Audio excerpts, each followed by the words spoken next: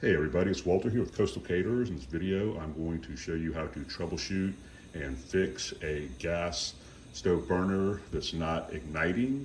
And we're going to go over 3 different issues that you might be having.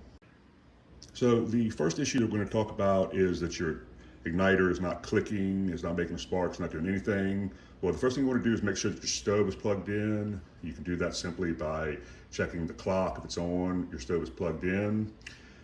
So if you're still plugged in and it's not doing anything, it probably means your igniter itself is bad. It needs to be replaced, and you can obviously check that by trying to ignite one of your other burners. And if it works, then you know that the igniter has failed and you need to replace that. Now, the second thing that we're going to go over is why you may hear the clicking of the igniter, but it's not making a flame. But before we do that, we'd like to offer you a free subscription to our channel. And if you'd like to claim that offer, you can do that by clicking on the subscribe button below.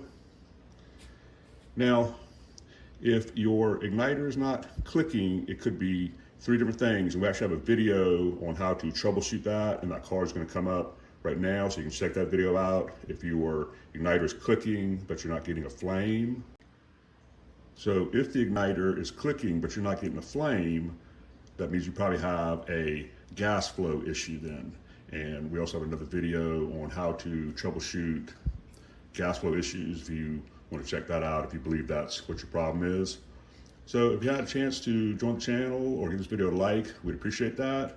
Be sure to check out those other videos, and they will help you to get your gas stove flame burning again. Once again, this is Walter with Coastal Caterers. Thank you very much for watching, and as always, have a great day.